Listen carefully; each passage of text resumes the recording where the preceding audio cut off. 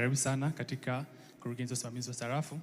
Mheshimiwa Rais, kurugenzi hii inahusika na kazi za msingi sana katika uchumi wetu, ikiwemo kazi ya kuandaa mahitaji ya noti na sarafu kwa ajili ya uchumi wetu, bila pia mchakato mzima wa kuzichapisha noti hizo, kuzileta nchini kwetu, lakini pia kuzihifadhi katika maeneo ya Benki Kuu, makao makuu Dodoma, makao makuu ndogo Zanzibar na Dar es Salaam, na matawi pia ya Arusha, Mwanza, Mtwara na Mbeya.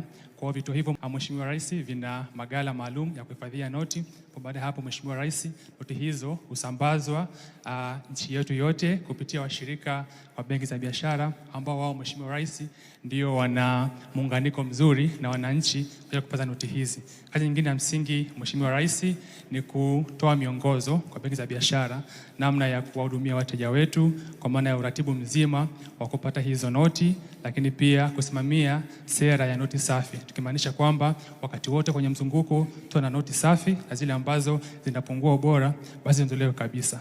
La mwisho, Mheshimiwa Rais, ni kwamba kurugenzi hii inatoa elimu kwa wananchi wetu ili la kwanza waweze kutambua alama za kiusalama kwenye noti zetu ili kutofautisha wale ambao wana nia ovu kuleta noti ambazo sio halali na kutambua kwamba hii ni feki na hii ni halali, lakini pia kutoa elimu ya mambo yote ya utunzaji mzuri wa noti zetu. Mheshimiwa Rais, karibu sana. Asante, muendelee na elimu kwa umma. Hongereni, namuona dada hapa mara nyingi kwenye TV, lakini muendelee na elimu kwa umma. Sawa? Asante Mheshimiwa Rais. Asante.